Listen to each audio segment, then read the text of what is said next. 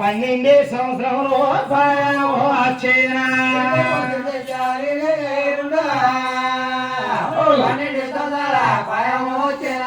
ఆ యొక్క ఏడుగుల వారు సక్కరంగా బళ్ళోకి వెళ్ళి ఆ టూపరంలో మహిళ ఏడుగుల వారు సక్కరంగా చదువుకున్నాడు. ఆ ఏడుగుల వారు 12 సంవత్సరాల భయం వచ్చింది.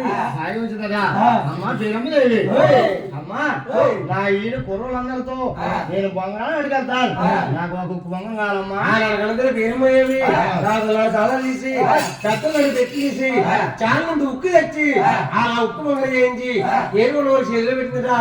ఆ ఏడుగుల వారు ఆ ఉక్కు బంగారం పట్టుకుని 4 సెంటర్కి వెళ్తున్నారు.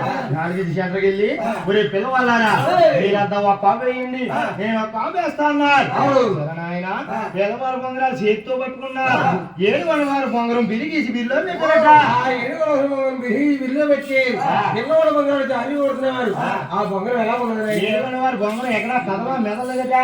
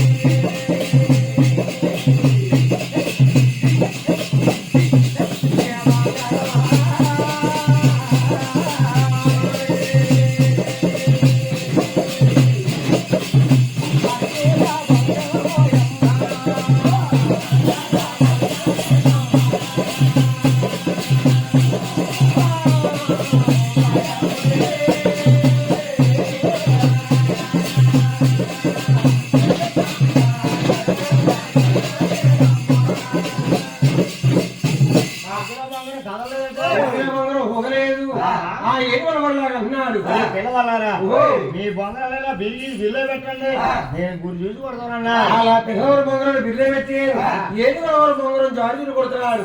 ఎలా ఉన్నదా